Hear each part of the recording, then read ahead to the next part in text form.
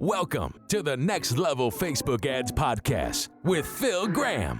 We help you master Facebook ads and give you an unfair advantage over your competition. Are you ready? Let's go. Hey, what's up, podcast family? Welcome to the Next Level Facebook Ads Podcast, episode 287. I'm Phil Graham. Today, I'm going to be sharing my favorite Facebook and Instagram targeting audiences that you guys should be using for the holidays and into the new year. Now, these audiences are so powerful. They do so well for us. And it blows my mind how few advertisers actually either use them or use them properly. Most people are just doing crappy targeting and they're getting bad results because of it. So I'm excited to share what works really well for us because it is very, very powerful. So today here in the US, it's election day, crazy times, but I hope you're having a great day. I cannot believe we're already well into November. It's basically the holiday season, which is one of my favorite times of year, probably my number one favorite time of year, actually. I love it. And no matter what, no matter whether you're a service business, a product business, or a local business, you should be leveraging this time of year, whether it's your busy time of year or your slow time. You should absolutely be leveraging this time with ads and doing it the right way. So I'm really excited to share audience targeting tips and tricks with you guys today. Before we do, I did want to briefly mention Facebook did have their earnings a couple weeks ago. And I talked about that a little bit on last week's episode. But I see people, especially analysts, but I've also seen other people talk about how Facebook is going downhill because they're spending so much money on the metaverse and their earnings are hurting, blah, blah, blah. They're not focusing on what's actually the most important, and that is the people using the platform. That keeps growing. So for us advertisers, that's what we care about. It is by far, the number one most used platform in the world, more than any other platform by far, and it keeps growing. So as an advertiser, when I see those earnings reports and I see the users and the engagers and everything's growing, I freaking love it. It's amazing. If you're advertising or planning on advertising on Facebook and Instagram, it is such a great time to do it. And it's still the best platform to do it on by far. So just keep that in mind and tune out all that crazy noise out there. And if you guys want to learn how to advertise the right way, I love coaching people one-on-one. It's one of my passions. Even if I was worth $50 billion, I would be doing it just like I would still be doing this podcast because I'm passionate about it. And it's so much better than courses. So if you're looking to learn how to do this the right way, or I've also got lots of great clients where we run ads for them and we love running ads for clients. So if you want somebody to run your ads for you for either of those things, you can go to my website, philgrahamdigital.com. Or you can DM me on Instagram at philgrahamdigital and let's connect. So let's dive in to this week's episode, my friends. I am excited to share some targeting audiences that you should be using right now. I want to start with the secret sauce, though, because the audiences that I'm going to recommend by themselves are not the secret sauce. You need something that goes with it. And here's the secret sauce, two parts. Part one is on your segmented audiences, you should be matching your creative to your targeting. And it's crazy how few people do this. It is so effective. Imagine for a second that you've got a segmented audience of moms who also like Peloton. And you run an ad and you don't talk about being a mom in the ad, or you don't talk about something about Peloton in some way. You're leaving so much on the table. It's crazy. Do you know how many people do that? It's just horrible. So you want to make sure that when you have segmented audiences, you match your creative, what you're saying in your ads, specifically to who you're targeting. And that is very powerful. Now, we still have regular broad audiences as well, of course. And obviously in those situations, you can't match who you're talking to because it's a really large audience. So we have those and that's okay. But you should absolutely be having segmented audiences along with it, with matching creatives. So that's part one of the secret sauce, matching your creative to these audiences. When I talk about some of my favorites, don't just randomly pick one and do it, but do it and match your ad copy to it. And that's where you could really have some amazing insights. And then part two of the secret sauce is being able to evaluate the data like a pro. And very few people, even seasoned advertisers, know how to do this well. If you've been listening to this podcast for a long time, hopefully you're getting good at it, because I talk about it a lot and I teach it. And I'll obviously work with clients on that too. But you definitely want to continue to learn how to evaluate data, because that can mean the difference between your failure and your success. And I want you to succeed, my friends. Now, I'm going to be doing a different episode in the future that talks about all the mistakes people make with their targeting. But the big mistake from today's episode that I, again, want to point out, even though I've said it a bunch of times already, is not matching your ad copy to your segments, to who you're targeting. That is a huge mistake. Make sure you don't do that. So with that being said, let's jump into my favorites. There's a couple that are very common that I'm just going to briefly mention. The first one is retargeting. By the way, I had a great retargeting episode, I think 2 weeks ago. So make sure you check that out. But obviously, retargeting is one of the best audiences you could ever have. And we do multiple retargeting audiences. We do broad retargeting, where we retarget everyone who's engaged at all in some way. And then we also do segmented retargeting. So if somebody visited a certain product page or something, or even an abandoned cart or an abandoned lead, they're part of that segmented retargeting audience. So that's number one. And then number two is, I definitely like lookalike audiences a lot. And we do different ones. We do lookalikes based off of different things, based off of purchases, leads, and other things, and different percentages for our lookalikes too. So those are the two obvious ones that a lot of people know about and use, although even there, a lot of those are being used wrong. But when it comes to those two, make sure that you are running some ads to those audiences. This episode is primarily about the next ones, and that is behaviors and demographics. And then we're also going to talk about interests. And let's talk about behaviors versus interests. Which one is better and which one is more accurate? Well, by far, behaviors are way better and way more accurate, because behaviors is based on something that you actually did that Facebook knows about. So when you are a behavior targeting option, if you're in that audience, you did something to get there. Facebook isn't guessing. But interest audiences are different. Facebook is guessing when it comes to interests. You can actually go to your profile and you can find what Facebook thinks you're interested in. And it's going to be like tons of things. It's going to be like a list of 100 different interests. And when you see that, you're going to see like 60% of that is way off, like completely random and stuff that you don't even care about. And you don't even know how it got on the list. That is not very accurate.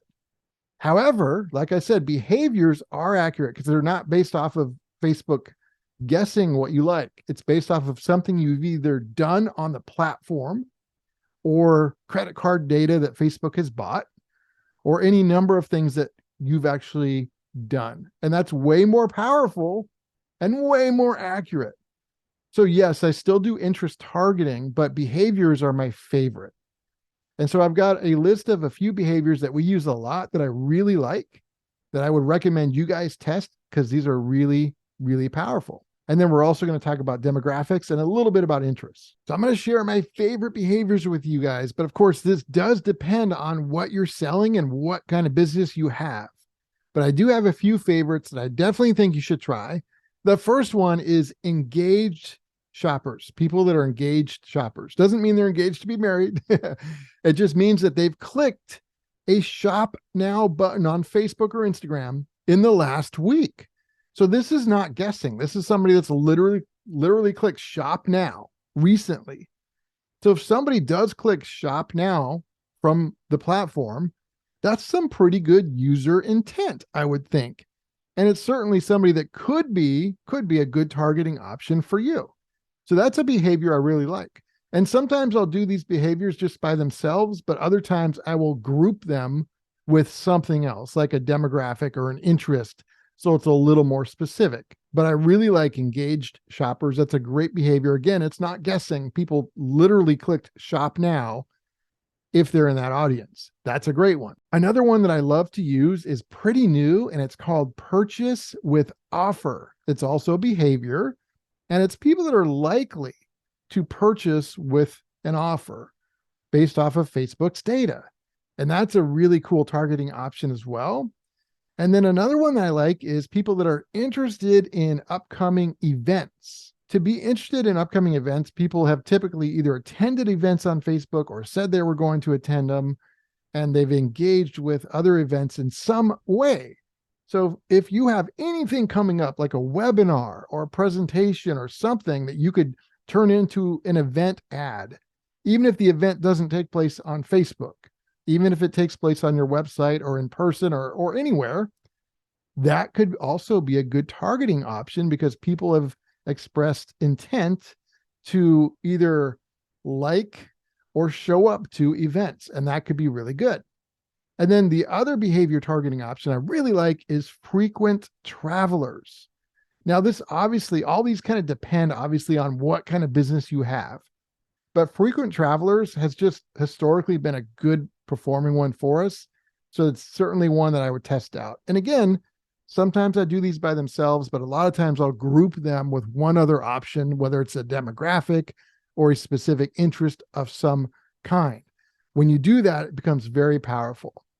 And there's a lot more great behaviors. I could probably spend 2 hours talking about behaviors, but I wanted to just give you a couple of my favorites so that you guys can go out and test these because of how powerful they are.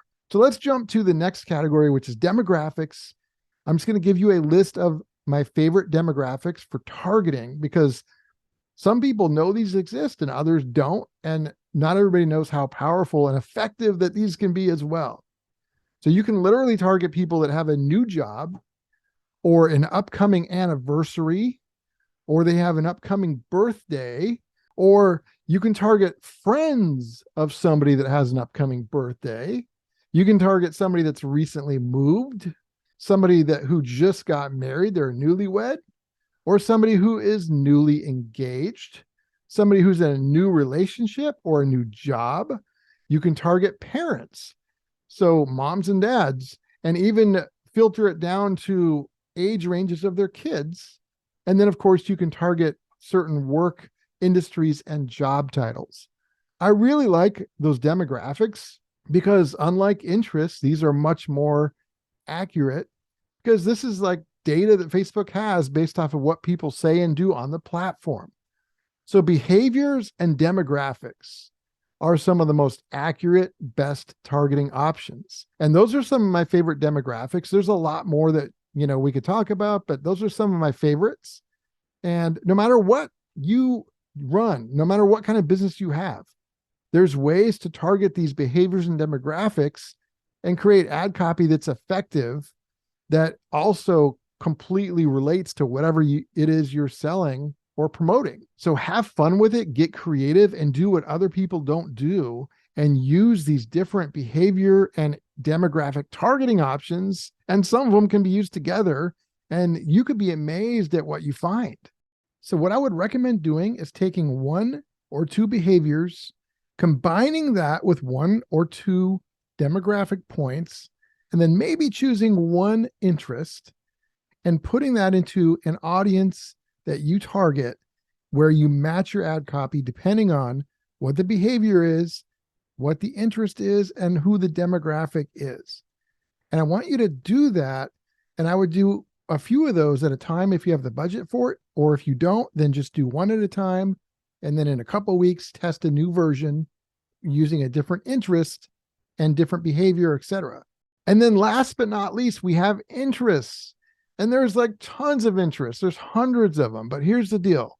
Interests, like I said, are not as accurate as behaviors and demographics, so I don't use them as much.